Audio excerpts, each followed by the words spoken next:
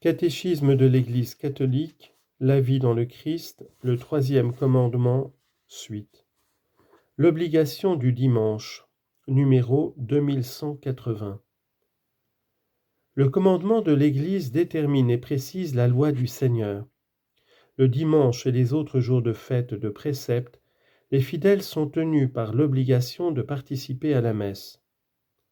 Satisfait au précepte de participation à la messe, qui assiste à la messe célébrée selon le rite catholique, le jour de fête lui-même ou le soir du jour précédent. L'Eucharistie du dimanche fonde et sanctionne toute la pratique chrétienne. C'est pourquoi les fidèles sont obligés de participer à l'Eucharistie les jours de précepte, à moins d'en être excusés pour une raison sérieuse, par exemple la maladie ou le soin des nourrissons, ou dispensés par leur pasteur propre. Ceux qui délibérément manquent à cette obligation commettent un péché grave. La participation à la célébration commune de l'Eucharistie dominicale est un témoignage d'appartenance et de fidélité au Christ et à son Église. Les fidèles attestent par là leur communion dans la foi et la charité. Ils témoignent ensemble de la sainteté de Dieu et de leur espérance du salut. Ils se réconfortent mutuellement sous la guidance de l'Esprit Saint. Si faute de ministres sacrés ou pour toute autre grave raison, la participation à la célébration eucharistique est impossible, il est vivement recommandé que les fidèles participent à la liturgie de la parole s'il y en a une, dans l'église paroissiale ou dans un autre lieu sacré, célébré selon les dispositions prises par l'évêque diocésain, ou bien s'adonnent à la prière durant un temps convenable, seul ou en famille, ou selon l'occasion, en groupe de famille. Jour de grâce et de cessation du travail. Comme Dieu se reposa le 7e jour après tout le travail qu'il avait fait, Genèse chapitre 2 verset 2, la vie humaine est rythmée par le travail et le repos.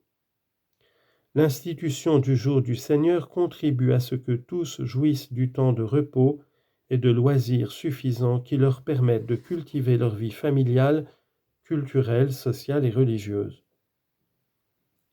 Pendant le dimanche et les autres jours de fête de précepte, les fidèles s'abstiendront de se livrer à des travaux ou à des activités qui empêchent le culte dû à Dieu, la joie propre au jour du Seigneur, la pratique des œuvres de miséricorde et la détente convenable de l'esprit et du corps.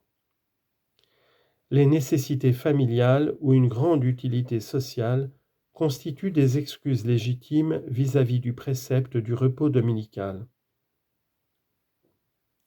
Les fidèles veilleront à ce que de légitimes excuses n'introduisent pas des habitudes préjudiciables à la religion, à la vie de famille et à la santé. Citation de saint Augustin, « L'amour de la vérité cherche le saint loisir, la nécessité de l'amour accueille le juste travail. » Fin de citation. Que les chrétiens qui disposent de loisirs se rappellent leurs frères qui ont les mêmes besoins et les mêmes droits et ne peuvent se reposer à cause de la pauvreté et de la misère. Le dimanche est traditionnellement consacré par la piété chrétienne aux bonnes œuvres et aux humbles services des malades, des infirmes, des vieillards. Les chrétiens sanctifieront encore le dimanche en donnant à leur famille et à leurs proches le temps et les soins difficiles à accorder les autres jours de la semaine. Le dimanche est un temps de réflexion, de silence, de culture et de méditation qui favorise la croissance de la vie intérieure et chrétienne. Sanctifier les dimanches et jours de fête exige un effort commun. Chaque chrétien doit éviter d'imposer sans nécessité à autrui ce qui l'empêcherait de garder le jour du Seigneur. Quand les coutumes, sports, restaurants, etc., et les contraintes sociales comme les services publics requièrent de certains un travail dominical, chacun garde la responsabilité d'un temps suffisant de loisirs. Les fidèles veilleront avec tempérance et charité à éviter les excès et les violences engendrés parfois par des loisirs de masse. Malgré les contraintes économiques, les pouvoirs publics veilleront à assurer aux citoyens un temps destiné au repos et au culte divin. Les employeurs ont une obligation analogue vis-à-vis de leurs employés. Dans le respect de la liberté religieuse et du bien commun de tous, les chrétiens ont à faire connaître les dimanches et jours de fête de l'Église comme des jours fériés légaux. Ils ont à donner à tous un exemple public de prière, de respect et de joie, et à défendre leur tradition comme une contribution précieuse à la vie spirituelle de la société humaine.